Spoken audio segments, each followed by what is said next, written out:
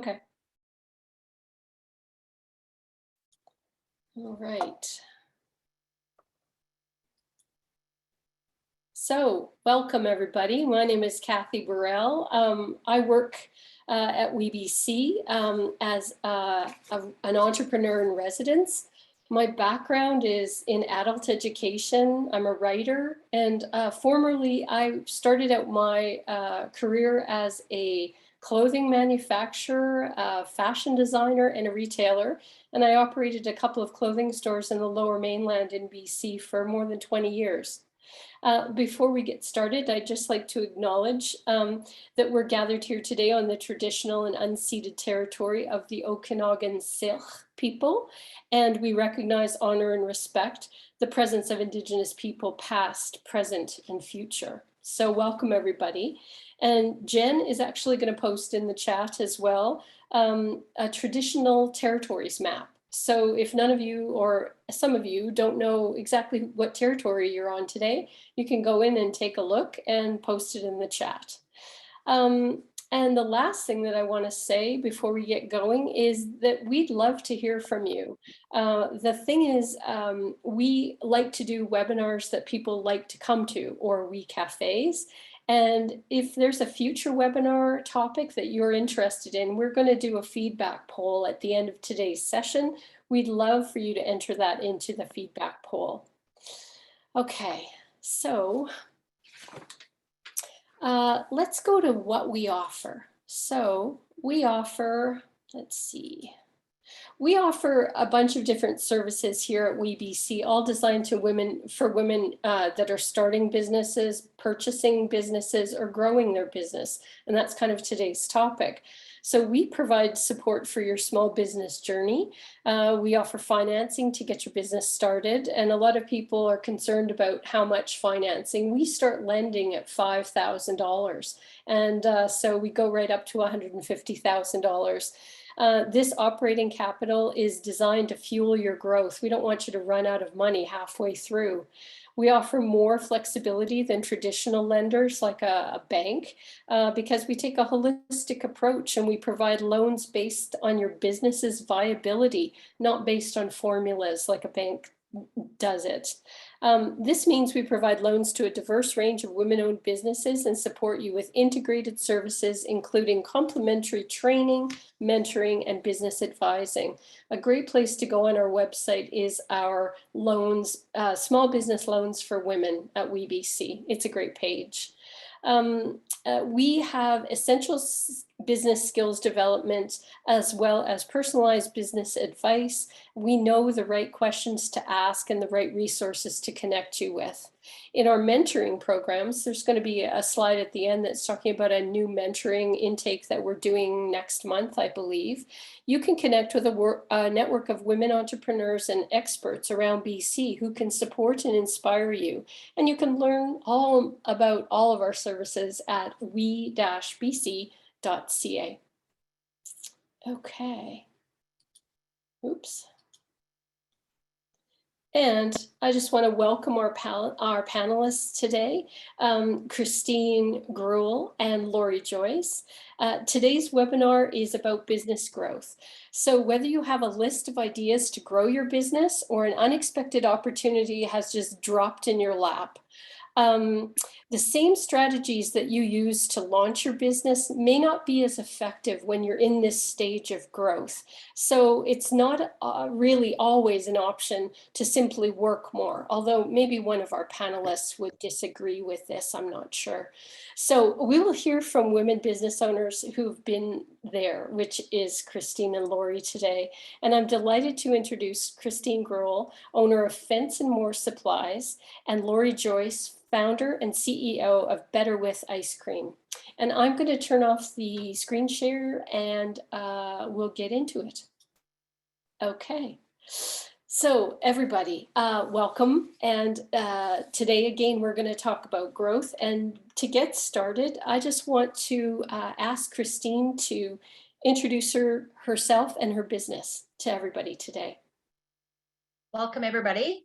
I'm Christine Grouhel, and I'm the founder and CEO of Fence and More Supplies. We are an agricultural and fence supply business. Started in 2014, and here we are, still growing today. Great. We're located just outside of Logan Lake. So that's between Kamloops and Merritt. Beautiful country. Thank you, Christine. Lori, tell us about yourself and your business. Good morning, everybody. I'm Lori. I am the founder of Better with Ice Cream, which I started once I became a mom, because I'm actually back on the farm. But when my two little boys were discovering ice cream as babies, and I discovered that as a mom, literally reading ingredient labels for the first time in the grocery store, that everything that I was feeding them was full of gums or stabilizers and just all that stuff that I didn't really pay attention to growing up and purchasing for myself, but as a mom with that perspective. And coming from the success of cupcakes, which was my first business, I got really excited and saw an opportunity to build an ice cream brand that was truly inspired by my upbringing on the farm, which is what it is today. Happy to be here. Great. Thanks, Lori. Okay, so we're going to get into it. I want to mention too that if anybody's got a question, they could raise their hand and ask a question or type it in the chat, but we are going to leave some time at the end for questions. So kind of up to you. If there's a really burning question you want to answer, you can go ahead and put it in the chat, and Jen will make sure that we hear that question. So first question. What does business growth mean for your business? Like, is it a concrete goal? Is it a new milestone? Is it, like, what does it mean to you? Go ahead, Lori, why don't you grab this one? Well, so for me, actually, and maybe I should clarify, Better with Ice Cream is available in grocery stores, which is very different than my first business, which was brick and mortar. So when I started cupcakes, our slogan or our wish was to stay open for that first year. We were two best friends in our mid-20s. So growth was literally about not failing. It was about staying open. So as a first business, my financial literacy was very different than it is today. So when you ask me that question today, which is my second business, in a completely different business model, the answer is extremely different. And it doesn't mean that one is right versus one is the other. The CPG business, which is like consumer packaged goods and wholesale essentially into grocery, is an extremely competitive market. And so for me, growth is about understanding that I'm playing the long game. And it's not about being, you can't be aggressive in it, especially if you're a bootstrapping entrepreneur in this business. But it's like, how can we continue to grow steady? But this is going to take 10 years, even more than 10 years. And so it's staying, giving my company the ability to survive a pandemic, overcome all the competition and the growth, but staying relevant and growing strong slowly year after year. It's not about growing fast. It's literally about staying in the game for as long as I can. Great. Thanks, Lori. I mean, that's such a great point. I mean, the idea of when you get into business, all the excitement is at the beginning and you don't think of the middle or the end. So yeah, a great perspective from first to second business. Christine, tell me about your goals. Like, what does growth mean to you? Mine is it's similar, but yet different, because I started this business older. And so for me, it was definitely no failure. I was all about, no, I need this to work and work for me in terms of around my family, my farm, like everything that was involved in my life. It started off as a side gig. And when Steve retired, my husband, he joined me full time. And for us, it's been the opposite in terms of growth, the speed of growth, and being able to keep up with the growth, the pace that it has been growing. Brand awareness was another thing for me. That was big. I wanted to be out there competing with the larger companies and and being able to succeed in the bids against these larger companies. So it was brand awareness. It was definitely some revenue as well was a goal for me, because I wanted it to be able to sustain the family. So it became more definitely a full-time and then some. Thanks, Christine. I mean, again, people talk about having businesses that don't run them, that you run the business the way that it suits you. And a lot of people think that's impossible. We had a brief conversation before about work-life balance and what a fallacy that turns out to be for many people. But the idea is your business is your creation, so making it work for you is the ultimate. So next question.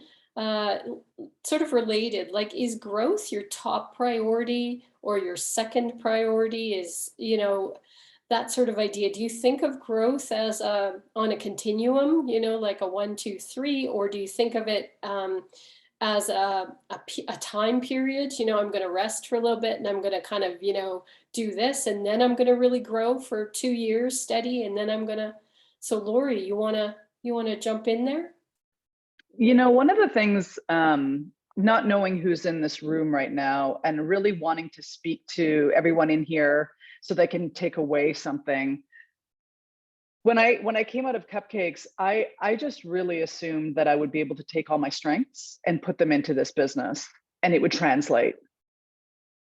But what I didn't realize was that I was playing a totally different game. And, I think from what I can see so far, everyone that's in this room is a woman. And one of the things that we do so well is we read the instructions.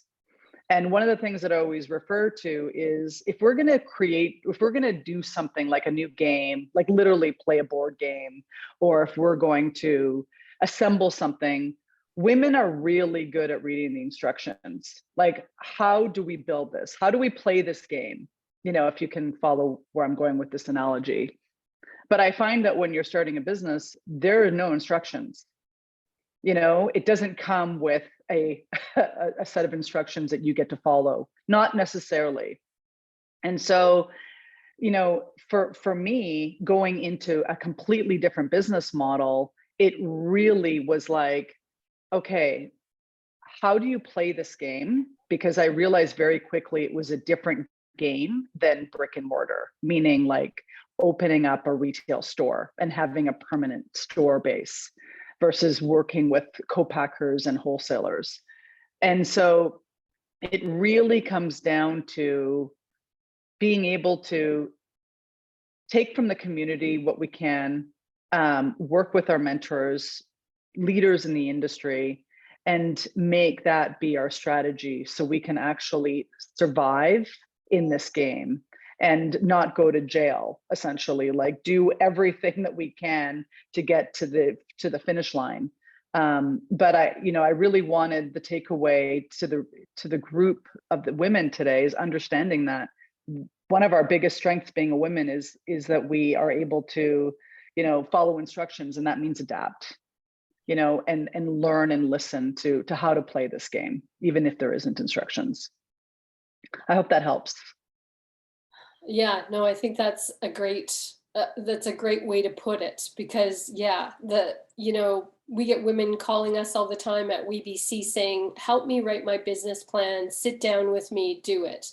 And we always say, I wish I could, but I don't know what's in your head. You have to kind of sit there and sit with it and figure it out. So and that's part of growing, right? And how do you know how that game is going to go if you don't understand how to play it?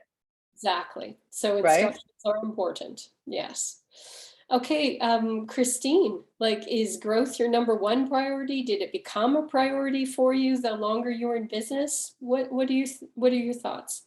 I think because the business started growing rapidly, we have been forced to identify our goals. And so we're constantly looking at growth opportunities. We set goals, the 1-year goal, 3-year goal, 5-year goal, and then do what we can to make sure we meet those targets. So it's a constant, it's at the forefront for us for growth.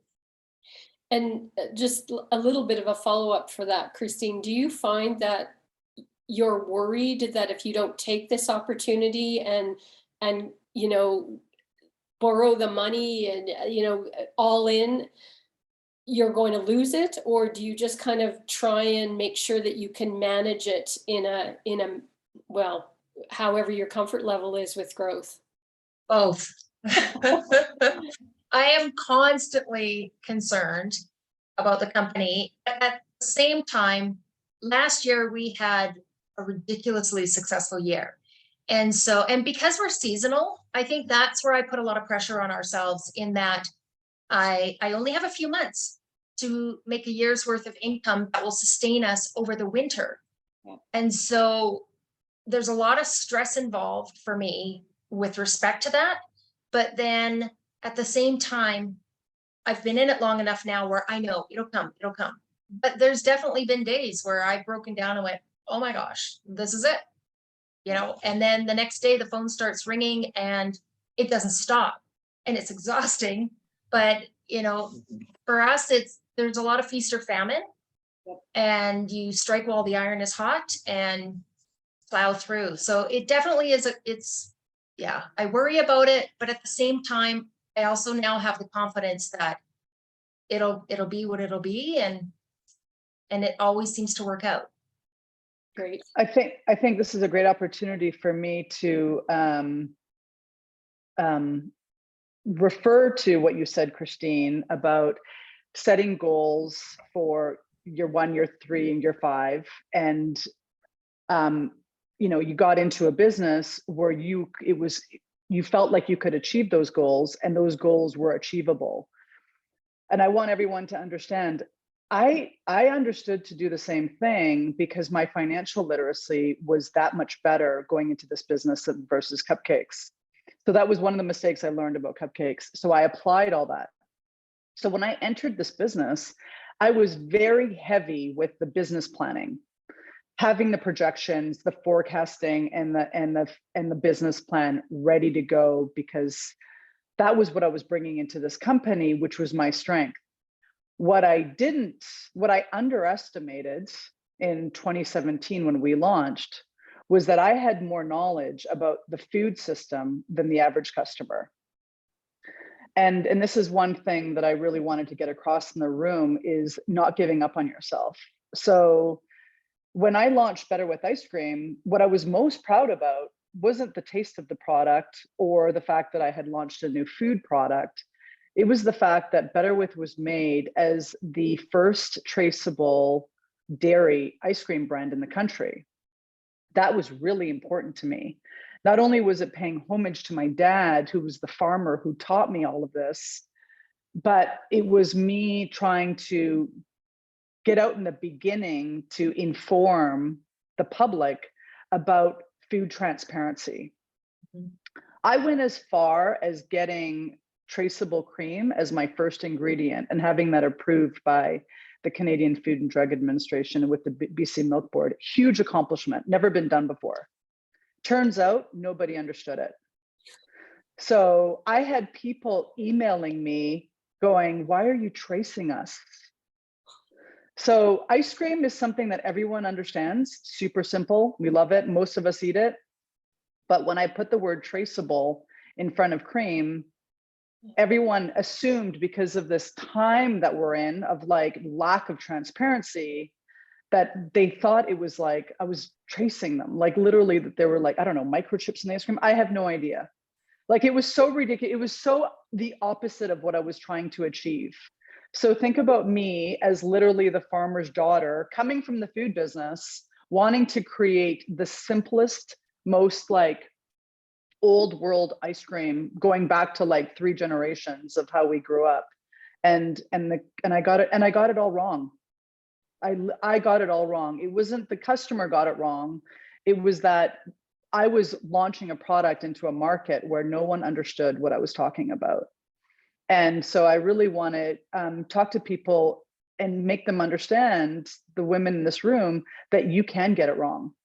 Yeah. Like, and you can get it wrong the second time, right? And it was like, you know, after the 3rd email of like, why are you, what's with traceable? Because when I was in front of a customer at Whole Foods, let me tell you, they got it. I was able to communicate it. But when they're on their own purchasing it and reading it, ingredients, they were just like, they were more skeptical than what modified milk ingredients was. Right? So I really hope that yes, Steph, Spike, a comment just came up saying Spike cows. That's so funny. So I really want you guys to understand that it's so important, whatever business you're going into, that you understand the knowledge of the consumer. Either that or you have a ton of money. I don't have a ton of money to market and educate and inform the customer. I always say that the pandemic was like my best publicist ever. And anyways, that's a whole other speaking room that we can get into. But I really want you guys to understand that if you do get it wrong, it's not too late to fix it. But you have to fix it. You have to adapt and you have to change in order to survive another year. And then eventually you can go back to it. So, so Christine's journey it's great because she's the opposite of mine. She got it right in a market that was the customer understood. But there are times where you think something is so obvious and you get it totally wrong. And how do you fix that? And what do you have to do to fix that? Yeah. Hope that helps. No, great point. Because I think and we were talking before the session about the age of entrepreneurs in Canada and how sometimes, when you're younger and you make a mistake in business, it's crushing. And sometimes when you're older with a little bit of experience, you do what, Lori was demonstrating. You chalk it up for experience, you fix it, and you move on, and that's how you grow. You don't stop dead and say, I can't do this. I've made a mistake. So, Christine, do you have an example in your business of an opportunity to grow or something that kind of dropped in your lap that just, you said you had a great year last year. Give us an example of something that grew you. The vinyl specifically. So with all the forest fires, and we started off with agricultural fencing, and the ranchers, Ministry of Forest, they were supportive of us, and that was great. But as we're getting older and the material is heavier, and we had an opportunity where a vinyl company in Saskatoon, they approached us. We had a discussion and we're like, this is where it's at. They researched all the vinyl that's out there. They've been doing it for years, researching the product before they formulated their own formulas and basically made it better than anything else that's on the out in the products right now. They looked at what wasn't working and corrected it. And so for us, once we saw the value in it, when we go and educate the public, the vinyl sells itself. So we started to pivot more toward the vinyl products, and it just exploded. Like everybody wants a maintenance-free fence. It's an investment, but it's a one and done type thing. You do it once and it's transferable if they sell their house. So once, like I said, it's educating the public. I think similar to you, Lori, and educating them about traceable. Once you educate them, then that's the key. That has been the key for us anyways. Right. Yeah. And again, simple products, right? Ice cream, fencing. You think everyone should know, but yeah, there's, what's your competitive advantage? Obviously, the two of you have that down. So yeah. But the really important thing there is that Christine was listening. She was listening to the demand. And like, if, the question is, what do you think, Christine, what would have happened if you didn't go to vinyl? What would have happened to your business? I think it would have remained a part-time gig, if at all. Yeah. Especially with the forestry industry, the way it's gone. Yeah. I'm pretty confident it wouldn't have thrived the way it has, for sure. And that's the reward, right? That's the reward for paying attention. That's the demand of what the customer, even though it seems really obvious, but it really is. And that's one of the strengths of an entrepreneur. Or in order to be an entrepreneur, you need to be able to pivot. You need to be able to be like, what does the market actually want? It's not always what, what the entrepreneurs, it really depends on like in the dairy industry, the financial backing, but it's like, how can you influence this market demand? But sometimes the market will tell you this is what you need to do, so you need to pivot in that direction. And that's where successful entrepreneurs, go and thrive, which is awesome. So congratulations, it's great. It's like it's such an important thing to pay attention to, like, what does the customer need right now, and can we deliver that on that need? Yeah, no, that's great. And we talked a little bit in that exchange about money. And, the idea is when you're young and the bank is only going to give you a certain amount of money to start your business, that's exactly what you start with. Maybe not with a 3-year plan or a 5-year plan. Did either of you, if you want to share a story about the idea of when you realized you needed a certain amount of money and it was going to require a bit of rejigging in order to grow, or what the money, would do for you now if you would have gotten it a little bit sooner, et cetera, et cetera. Financing has got to be the number one question we get at WeBC. And a lot of women under finance themselves. They'll take what they can get and build their business accordingly. But what if, both of you are seasoned entrepreneurs, the idea of how can you grow when you've actually got the money to do it? And, of course, the skills. Lori, you want to start us off? Christine? Yeah, I can. Go ahead. Again, I take it from my first experience. So with cupcakes, we reached a point where we were growing through franchising.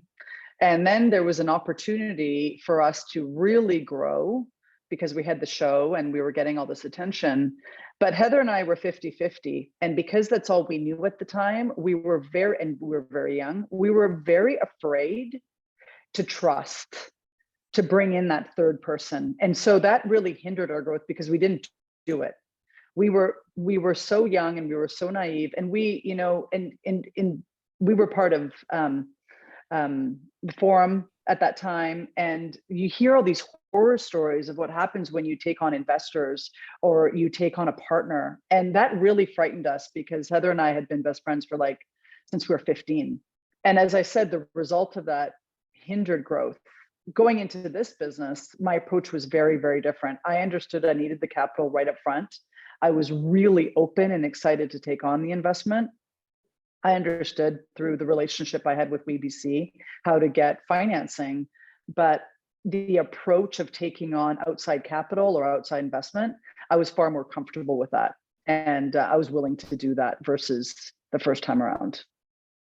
Great. I mean that for a lot of people, they don't even want to talk to a financial institution, at the beginning because they're so unsure or so worried about being turned down. And we're going to talk a little bit later about imposter syndrome, things like that. So no, it makes a huge difference, especially with your confidence level, because it's one thing to have a $5,000 loan and pay it back. It's another thing to have a $250,000 loan and pay it back, right? Yeah. When it comes to your accomplishment, the feeling of accomplishment you get from that.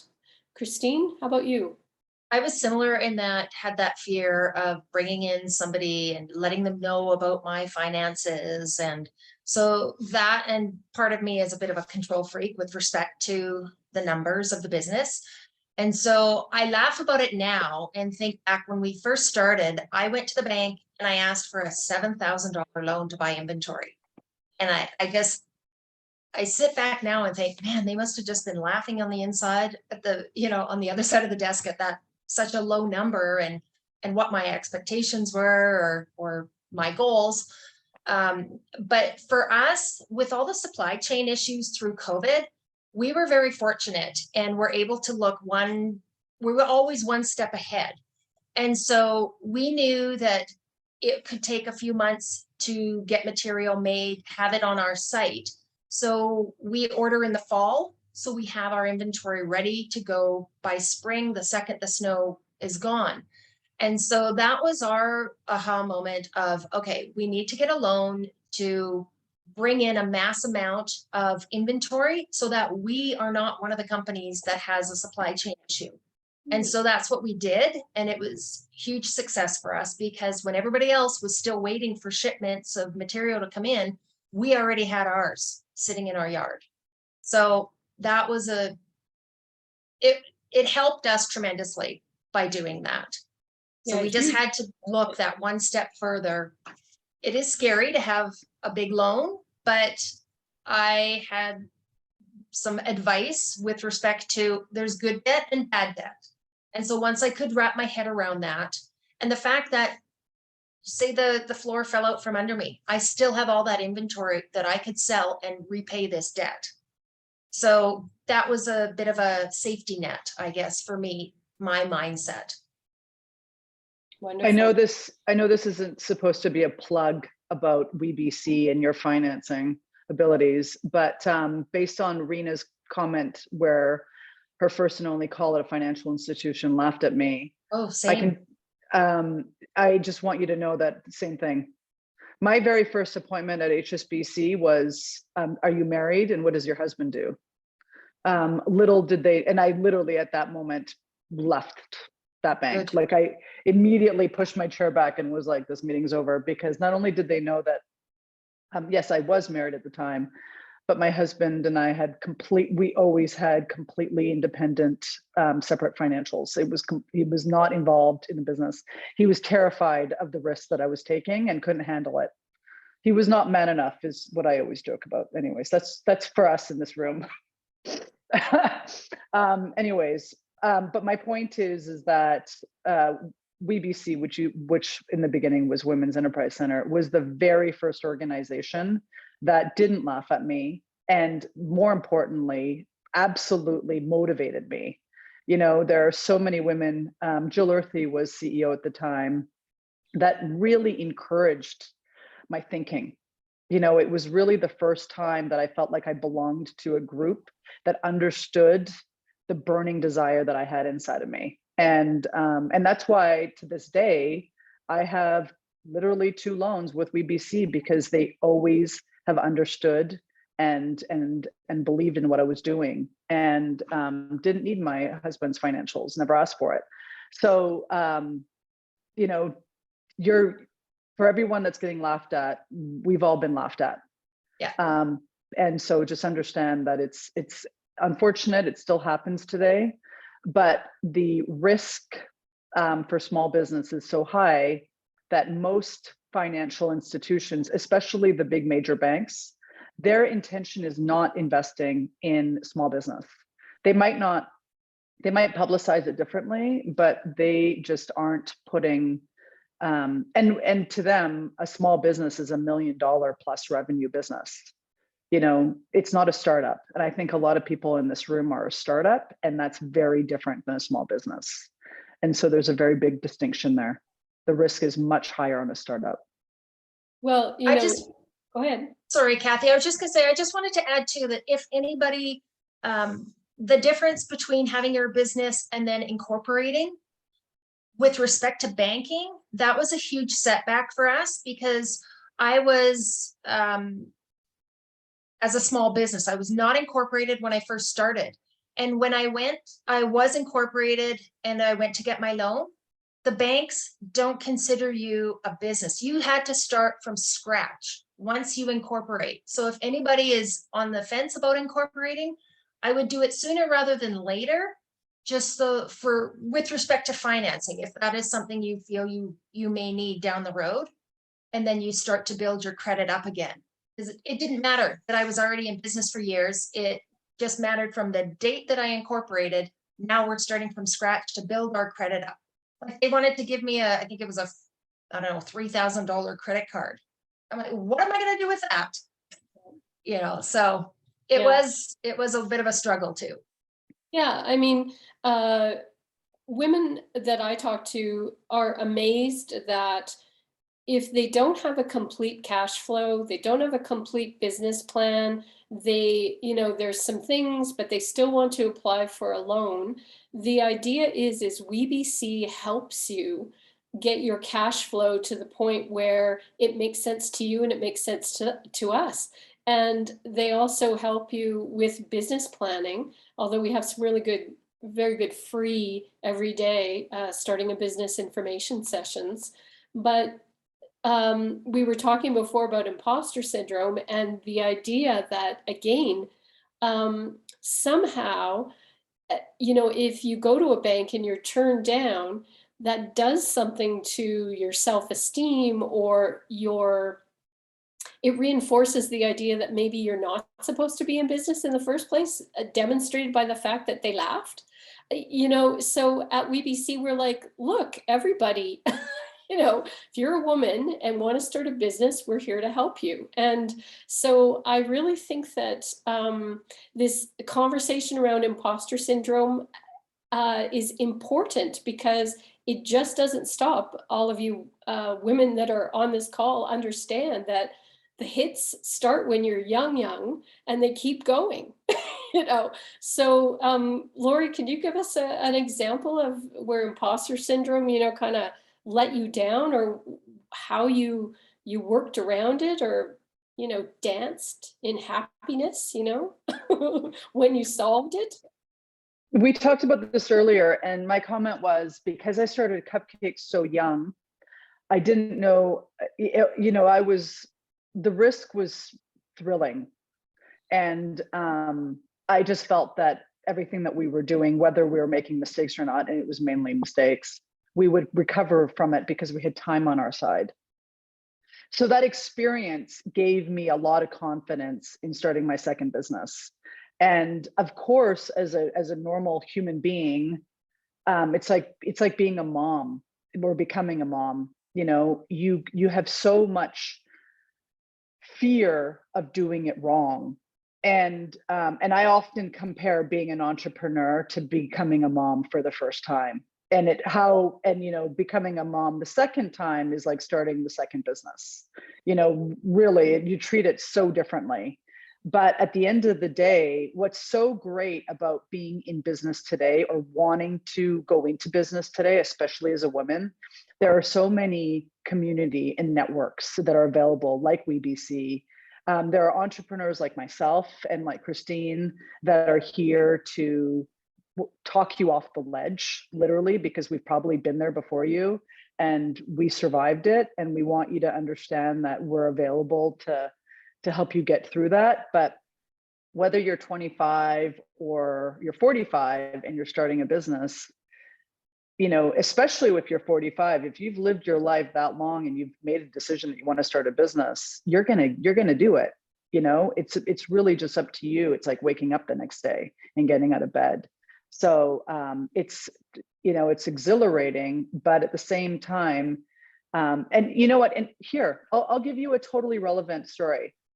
I'm not on social media right now. I have made a deliberate choice, even though I have spent a lot of time on social media, everything from LinkedIn to Instagram. I'm not on it right now. And there's a very distinct reason why. It's because I need to focus. My two boys are like 12 and 13 right now. They're super preoccupied. I have so much going on with my business that's not true. I have so much that I need to prove in my business this year that I need to stay focused. I have too many people trying to give me advice that I find very distracting. And so I have taken myself off social media. I don't know when I'm going back on it. I can tell you it's actually quite refreshing, but I have deliberately made that decision because I have a lot of pressure. I have a lot that I need to do this year, because if I don't accomplish it, it's all over. That's how hard it is. And I have an amazing team that I've hand chosen that are all experts in their field. Those are the only 3 people that I'm talking to right now for this business year, so that I can get it done. Because at the end of the day, it's really the responsibility is on me to take this company to the next level. And I found that a year ago, because of being in a startup during trying to survive the pandemic, I was overwhelmed by people pulling me in different directions with all this different advice that they had on, and they were definitely trying to help me, but it wasn't helping me. And so I've stopped so I can just accomplish what I need to accomplish this year and get it done right so that I can take my business to the next level. So in a way, that's how I'm managing imposter syndrome, is trusting my team, and we're just going to focus on executing this year and getting it done. That's great. I mean, again, these boundaries that we need to set for ourselves, because it seems like since COVID, it's very boundary-less. You know, everyone is happy to tell you exactly what you're doing right and wrong on social media. So, oh, good for you. Yeah, it could take you down a rabbit hole, you know, and I was just getting so much of it that, so my biggest weakness is I listen to the last person I talk to. That's my biggest weakness. I can be really influenced and distracted by the last person I talk to. So if I start talking to people, it can really throw me off what I need to do. And I know I can do it. So the one thing that I understand, and all of you in the room already know this, you can do it. The difference is, are you going to execute it? Right? And so you need to execute. And so for me this year, it's literally about executing. I can listen to those people later, but right now I need to focus on executing. Oh, they'll still be there, I'm sure. Mm-hmm. Christine, any thoughts on imposter syndrome, or For me, it's, you know, there's a saying about you don't know what you don't know. Mm-hmm. And I would just recommend taking every possible opportunity with all of the free workshops and webinars that are out there. I spent a lot of time on those through COVID when we weren't installing, and it helped tremendously. The mentorship program through WeBC, that was a huge confidence builder for me, because I had a lot of doubts, and, you know, it's like, am I cut out for this? Is this really for a woman to be out there doing this? And normally I'm an extremely strong person. So although I could, I had that persona about me, but deep down I'm going, is this really for me? And then after I did that mentorship program, that just shot me through the roof, because I'm going, okay, it gave me the confidence to know what I'm doing, and what I'm doing is working well, and just keep going at it. So that was my aha moment of smart up, you got this. Well, and Christine is referring to a group mentorship, these peer mentor groups that we do at WeBC. There's two kinds, one-on-one and peer mentor. And the great thing about peer mentor groups is you kind of use the hive mind. You know, there's 5 or 6 other women in your group that you bounce ideas off of, and you actually get 5 or 6 usually different perspectives. But you also get a ton of support, because we really emphasize in those groups respectful feedback. You know, the idea that, maybe this person she's not like saying something that you agree with, but there's got to be something in there that you can see your way clear to, have something positive to say about, and then something else that maybe you would do differently. But it's not the kind of thing, these peer mentor groups are not, they're not chat with no work, because there was work that everyone had homework. And it also was constructive and focused. And I think for a lot of people, like all of us, women entrepreneurs, there is a lot of stuff going on in your life and in the world.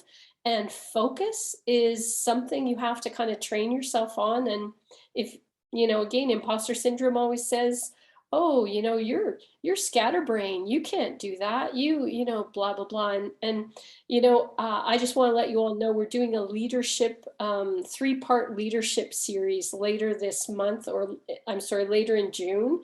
And there's a slide on it later, but the second session is on imposter syndrome, and the facilitator is fantastic. I think it's Susan Williams. Susan. Yes. Anyway. Okay. I think we probably should do last thoughts. This has been a great hour, but any final words about growth from either of you for all the women out there that came to be inspired today? Lori. Oh, I was just going to be like, Christine, Well, my since I thing took is it away just last time. never stop looking for opportunities. It's find your why, your passion, and go for it. Do everything you can to make that happen, and don't let others stand in your way. And that's something that's resonated with me. So our thing was, I wanted to be able to help the community, like our small community is where it started. And I wanted to be able to help them get a fence that was affordable and by a trusted source. And other fencers outside of our community are always, oh, it's too far, it's too far. So that's how we started, and just a small network that just grew and grew and grew. And customer service is huge. So I would strongly recommend you brush up on your customer service skills. Just try and take advantage of every possible opportunity and workshop and webinar. I never stopped learning. And Christine, it's so nice to hear someone that's growing their business in a small town. Yes. Because I get every day in client service, I get people saying, I'm in Powell River, I'm in Williams Lake, I want to start something here. I don't want to move somewhere to start my business. So yeah, that's great. And to see you thriving and growing is excellent too. So Exciting. what do you think about growth? What words of wisdom can you leave us with? I think growth, as I mentioned earlier, really varies for the business that you're in. And so for me, I learned very, very quickly. I learned the hard way when I got into CPG that if you're going to be under financed, growth is going to take a long time. And so was I willing to play the long game? And you see these different food brands that grow very strong and they grow really fast, but they have a lot of capital behind them to do like a springboard effect. And so for me, it was like, okay, I'm prepared for this to grow long and steady. And how can I keep focused and keep building the team in order to do that? And so, for me, the biggest takeaway is and Cathy, you mentioned this earlier, is the focus on focus and execution, and just making sure that we continue to listen to what the customer, like the market, what they want, what the trends are, and the direction that's going. Because it was a real big shocker for me I really underestimated the grocery business. And I'm just so excited to say that I have the patience to not only go through the experience, learn from the experience, and then adapt to work it in the other direction. So don't feel the pressure of growing fast because your peer that also has a small business is growing in a different way and growing maybe faster, because different businesses experience growth very differently. So it's so important to really stay focused and understand your business and what growth really means in the business model that you're in, because it is really, really different. Can I just add quickly about marketing? That was something before we attended, I went to a business coach, which helped tremendously as well. And when I went into that, I thought marketing, that's where it's at. And I got to do all this marketing and be on all these different platforms. And something that was thrown back at me was, but can you handle, when you do all this marketing, do you have the capacity to handle what comes back from successful marketing? So keep that in mind. And to date, we really haven't done any marketing, any formal marketing. It's, I have a Facebook page, a website, we have Instagram, but I barely post to these things, and just simply, we don't have time. And we've done just fine. So don't feel the pressure that you have to be on all these different platforms to get out there. Yeah, that's fantastic advice. I mean, I think the idea is it's, you know, it's kind of embedded in the imposter syndrome that if you're not following people that are, supposedly know something, you must not be successful. You know what I mean? And I think exactly, we tell people all the time in marketing webinars, just because you like Facebook doesn't mean your business should be marketed on Facebook Exactly. if your clients aren't there. So, you have to think about it from the client's point of view, and both of you are, when you're considering your growth, you're considering your clients first, because you're saying what would be good for a client. Lori's like health wise, Christine's like maintenance wise. But the idea is, it's not like the two of you are growing your business as a vanity project. You're growing your business in order to serve more people that will benefit from your product. And, that is, ta-da, that is the way to grow right from the beginning, because people then are always going to be interested in what you're selling. And, again, marketing is all about solving somebody's problem, your client's problem. And the problem is too many chemicals in ice cream, or a fence that falls down after 5 years. So, so well done. That's excellent. I think it's really important to stress the value of foundation, and foundation is like something that we assume in building a house, right? You need the foundation so that you can build this house and to have the house last, right?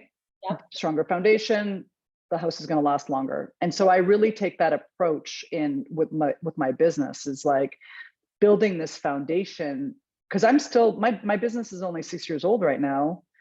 I'm still a startup, right? Yes. Like this is really what it's like. And so when I compare myself to my competition and most of the food brands that we've brought into our kitchen, it's generally because we grew up with those brands, right? So most of the food brands that we're familiar with, they're as old as I am, right? Like a 6-year-old food brand in a grocery store is very rare to find today. But like Haagen-Dazs, Ben & Jerry's, Island Farms, these are all very, very established food brands that are literally as almost as old as I am. So in this early stage of the business, if you want to get there one day, you can't get there without the foundation. So don't be in a rush. Ultimately, is what I'm saying, is really do build that foundation up so it's strong, so that if you eventually have the money to do marketing, if you do the marketing wrong, you have the foundation to lean back on. You have that foundation is so strong that even if you make mistakes, you're gonna overcome those mistakes, because you can always fall back on that foundation. And I think that's really important, and it goes against the culture that we live in today, because we want everything so fast. We feel that the only way to be successful is to build things up really fast. But most people don't realize that a lot of the stuff that we hear about today, well, they've actually been really quietly building their company for a while. We just started hearing about these companies today, right? So really, when you hear something that really interests you, maybe it's a competitor, always do the research and be like, when did that company start? How long did it take for them to get there? And that will give you some really good perspective as well. We may be small, but we're mighty. Exactly. So I just I'm going to stop sharing, or I'm going to start sharing the screen again, because I want to leave a few minutes for questions, just to make sure everybody's good. Okay, maybe I'm not going to do that. Oh, there it is. I just want to add too that if anybody wants to ask me questions, feel free to email me if we run out of time. Great. Yeah, we're going to share if any of you have want to connect with Lori or Christine after with a specific question, after the webinar, you'll have an opportunity to contact Jen, and Jen will share that information with you. But right now, I really want to thank Christine and Lori for this great We Cafe today on growth, because it was just so, it was so wonderful to hear completely different industries described in almost the same way, because the path is similar. So yeah, thank you very much, ladies. It has been a pleasure. And we're going to just let you know about that imposter syndrome session. Oh, after this, hope. This I wanted to mention is regards to mentoring. So we're doing a partnership with the Discovery Foundation. And if you use technology in your business, you might be able to apply for this program, which is, again, a peer mentorship program similar that I described. And if you're not sure whether you would qualify, get a hold of us at client service, hello@we-bc.ca. This is the session that I was explaining. It's a 3-part webinar series on strong and impactful leadership practices for women business owners. And again, I think it was Susan Washington is the one that's doing the imposter syndrome. I believe you can sign up for as many sessions as you want, which is great. And yeah, if anyone has any questions for Lori or Christine, we've got a few more minutes. Go ahead and raise your hand, or just unmute yourself and ask the question. Jen, we've still got a few more minutes, don't we? Yeah, we have a couple more minutes. We'll do questions, and then I have a poll to launch at the end here. Jen has a feedback poll. It was that one that we were talking about with regards to, you know, if there's a webinar you'd like to see. We'd also like your feedback on today's We Cafe. But in the meantime, anybody have any questions? Go ahead. So Jen, you can go ahead, I guess, and launch the poll at the same time. There it is. So we'd love for you to fill in the poll, and helps us with the next one, We Cafe or webinar we're doing. And if anybody has a suggestion, please put it into the poll. Just will take a few minutes. I have a question for either of you or both of you. You touched on partnerships sort of earlier, Christine, and how they kind of helped with your business with the vinyl versus the other kind of fencing. Lori, you referenced the idea that you've got a team, you know, that you work with, and that sort of thing. And I wondered if either of you could comment about the benefit of partnerships. Actually, hold that thought. Somebody else has a question. It's probably better than mine. Okay, go ahead and ask the question. It is Jessie. Go ahead, unmute yourself, Jessie. Sorry, I was trying to find the feature for that. I'm just curious to know, you both talked about how educating your client base was so important, and I know that's something that I'm needing to step into more. So I'm curious how you did that. And, you know, Lori, you spoke to, I'm not sure if it was changing an approach or educating your business or educating your customers, or both, but I'd be curious to learn a bit more about that educating piece. For me, it wasn't about selling our products. When I go to somebody's home, I just educate them on what it is that makes our product stand out. Because there's a lot of stigma with vinyl fencing in that people think, oh, it's like the old vinyl fencing. And it's so not. It's so different nowadays with technology, the way things are improved, and just little details about our product specifically that makes it a better product to stand the test of time with a lifetime warranty. You know, it's like our company uses, for instance, UV inhibitors to prevent the fading, or they have self-leveling collars that we use on our pipe so that your fence should be straight as an arrow, the way the panels lock together, the TRT, the top rail tie that goes in, that, you know, it's just different components that we have that makes our products stand out. So I'm just educating them on our products, that things that they would never know to just look at, versus, here, you want to buy a fence and I got the best and this is why, you know, it's just literally going in a little more, I guess, maybe a more gentle approach. But when I start talking about it, I'm very passionate about why, because it is an investment and I want it to last. So we go into it, we have a saying, like it was our own. So when we do our installs, we install it like it was our own. And there's times where if we've put a section of fence together and it's not exactly the way we think it should be, that sucker's getting ripped out and we're doing it again. Because I know if that was my fence, I'd be going, that's not good enough. And that's another thing. We have a saying that's, it's good enough is not in our vocabulary when we are fencing. So it's just little things that, and I think also when you connect with your customer, when you're educating them, that makes a big difference as well. Actually, like Lori was saying, you need to hear what they're actually saying and then go from there. And my experience, if you're going back to the comment that I made about traceable, is at the time I hired a CPG business coach to figure out how to solve my problem. And my problem came much bigger than I understood, because in the dairy industry and having co-packers, it wasn't as easy, because I don't manufacture my own ice cream. It was okay. So I'm trying to answer this question quickly. You know, he understood, coming from the business, how much it was going to cost to educate the customer. And so he was like, you need, and this has happened several times. And one of the things I highly recommend is listening to podcasts, listening to business founders, you know, sharing their story. It's always incredibly honest and really, they're just transparent. They really tell the story of how it happened. And so it turns out a lot of organic brands had gone through the same thing that I did.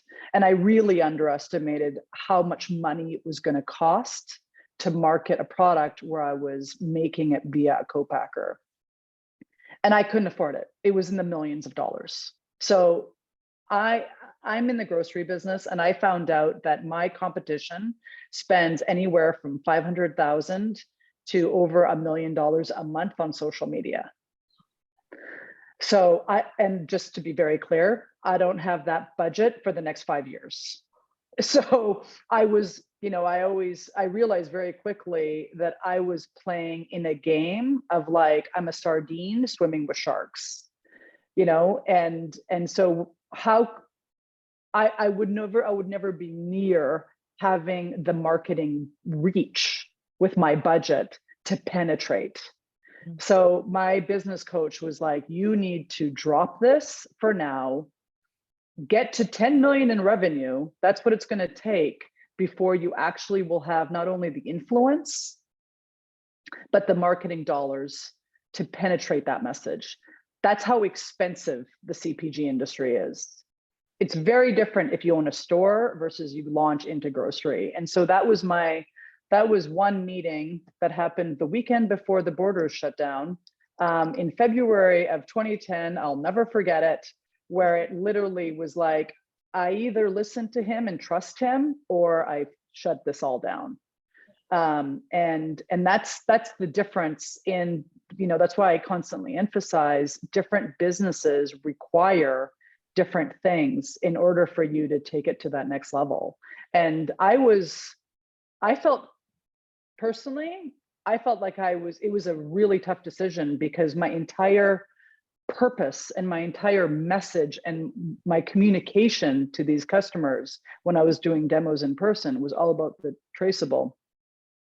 And anyone that's in food or going through something similar, I have already shared my phone number, so I can give you my advice and what happened with this. The good news that was shocking to me is when I had to do a rebrand and relaunch, I was really worried about the negative impact of not having traceable. Again, that's temporary, but at the time when I relaunched, no one noticed I wasn't doing traceable anymore. So here is something that I thought was so important to me, but just because it's important to you, it doesn't mean that it's important to the customer. And it turns out that not only was I able to survive that, transition, nobody fucking noticed. You know, like it was keeping me up at night. Nobody cared about it, right? So marketing is really interesting because you can really influence an audience if you do it properly. And sometimes what you think is important isn't important at that time. So one day we'll do traceable and we'll be the leader in transparency, but I have to be able to afford it first and then be competitive. So to be continued. Thank you, Lori. Thank you, Christine. I think we've got to let these lovely people go. Thanks everybody for being at the We Cafe today. Information about our next sessions are there on our website. We were bashing social, but go ahead and follow us on Twitter or Instagram. I promise not to do that. So anyway, thanks everybody. And stay in touch. And these two women are amazing. And thank you so much for being with us today. Okay. Bye. I think everyone in this room is amazing. So get back to work and get it done. Great comments. Yeah, 68. Yeah, great. Jen will have fun reading through them. So, okay, Jen, you can stop the recording.